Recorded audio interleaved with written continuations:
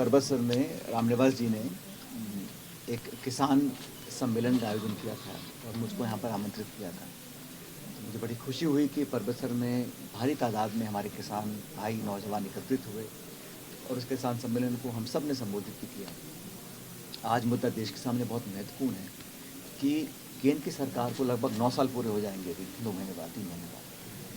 तो 9 सालों के अंदर जो वादा कर आए थे कि किसान की आमदनी दुगनी करेंगे, अब उस वादे की चर्चा कोई करता नहीं। दिल्ली में 25 सांसद यहाँ से चुनकर गए हैं और अनेकों मंत्री हैं, लेकिन कोई भी इस बात को कहने को तैयार नहीं है कि हमने खुद चलकर वादा किया था और किसान की आमदनी दुगनी करने की बात की थी।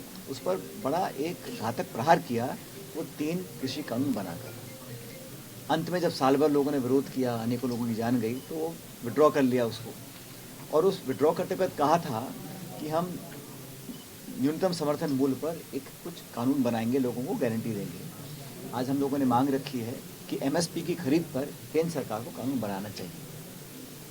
किसानों के मुद्दे बड़े ज्वलंत हैं और आज हर तरफ से किसान पिस रहा है। खाद, बीज, बिजली, यूरिया सबकी किल्लत है या महंगाई हो गई है, आसमान छू रही है। ऊपर से उसकी बिक्री नहीं हो पा रही है और हमें लगता है कि 2/3 जब देश की जनता कृषि पर निर्भर है और उन लोगों के बारे में सब चर्चा करते हैं और इतने एक पूर्ण बहुमत की सरकार दिल्ली में है और हर मोर्चे पर फेल हुई है, लेकिन खासकर जो किसानों की पीड़ा है उसको रेखांकित करने के लिए हम सब लोगों ने आज अपनी आवाज़ को उठाया है। कांग्रेस में चाहे वो राहुल जी हों, प्रियंका जी हों या खड़गे साहब हों, हम सब हमेशा किसानों की बात करते हैं और ये बात बहुत अब स्पष्ट हो गई है कि उत्तर भारत में भी अगर हम मजबूती से चुनौती देंगे भाजपा को तो उनको हरा सकते हैं। ये भ्रम लोगों ने पैदा करने की कोशिश की थी कि उत्तर भारत में भाजपा को हराना बड़ा मुश्किल काम है, लेकिन हिमाचल प्रदेश में जिस मजबूती से कैंपेन किया प्रियंका गांधी जी ने, हम सब ने मिलकर, वहाँ पर हमने उनकी जो वो डबल इंजन की बात करते थे, आपने सब ने याद होगा कि डबल इंजन की सरकार यहाँ वहाँ, तो वो हमने एक इंजन सीज कर दिया उनका शिमला के अंदर और दूसरा करेंगे सीज 24 में दिल्ली के अंदर। तो ये भ्रम और ये घमंड तोड़ने के लिए भी ज़रूरी है कि किसानों को एकत्रित करें, नौजवानों को एकत्रित करें। और मुझे लगता है कि हम लोगों ने जिस प्रकार से राहुल जी की यात्रा को देखा है, राजस्थान से 18 दिन यात्रा वो निकल कर गई है, तो उसके बाद एक मैसेज गया है एकजुटता का, सबको साथ लेकर चलने का। संवैधानिक संस्थाओं को जो खोखला करने की साजिश हो रही है उसके खिलाफ भी हम लोग आवाज़ उठा रहे हैं। महंगाई, बेरोजगारी, तमाम मुद्दे हैं समाज में और उस यात्रा का आने वाले समय में कैसे हम कार्यकर्ता उसका लाभ कैसे ले सकते हैं, उस पर हम सब चर्चा भी करते हैं, काम भी कर रहे हैं। 26 तारीख को हाथ से हाथ जोड़ो अभियान चालू होगा, वो 2 महीने चलेगा। तो उस संदर्भ में हमने चर्चा की, उसका आह्वान हमने मन से किया और हम सब चाहते हैं कि मिलकर यहाँ पर जो 30 साल की परिपाटी है राजस्थान में कि एक 5 साल सरकार भाजपा की रहती है, फिर 5 साल कांग्रेस की आ जाती है, उस परिपाटी को तोड़ना बहुत ज़रूरी है। और ऐसा नहीं है कि कांग्रेस की सरकारें पहले रिपीट नहीं हुई हैं। दिल्ली में शीला जी की सरकार थी तो 3 बार लगातार बैक टू बैक हम चुनाव जीते। असम में गोगोई साहब मुख्यमंत्री थे तो 15 साल लगातार 3 बार हम चुनाव जीते।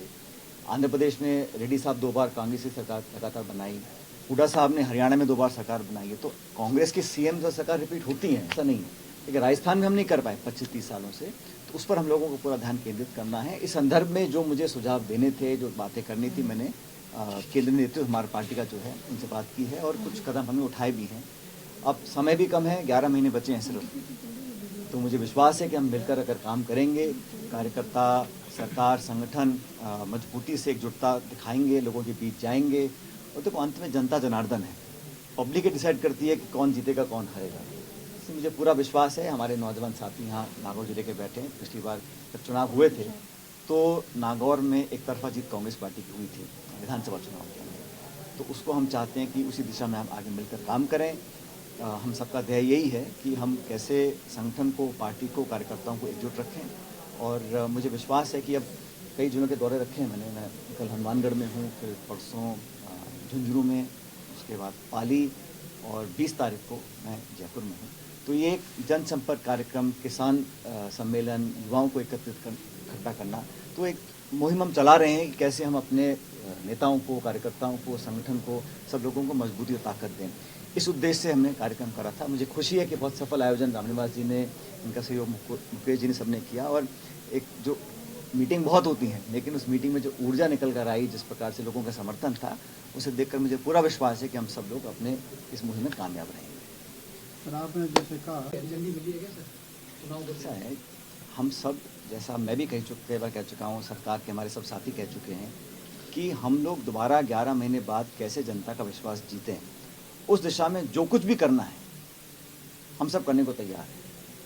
और इसमें सिर्फ मैं नहीं कह रहा हूँ, हमारे सब नेता, प्रदेश के, राष्ट्र के, सब कह चुके हैं कि सोनिया गांधी जी ने कहा है कि संगठन ने बहुत लोगों को दिया है, अब देने की बारी है। अब हम आगे क्या दे सकते हैं? हमारे पास ने बहुत लिया है, कांग्रेस पार्टी ने बहुत लोगों को बहुत कुछ दिया है, तो हम लोग अब क्या योगदान, क्या कुर्बानी, क्या दे सकते हैं ताकि हम लोग दोबारा वापस सरकार में, राजस्थान में आए।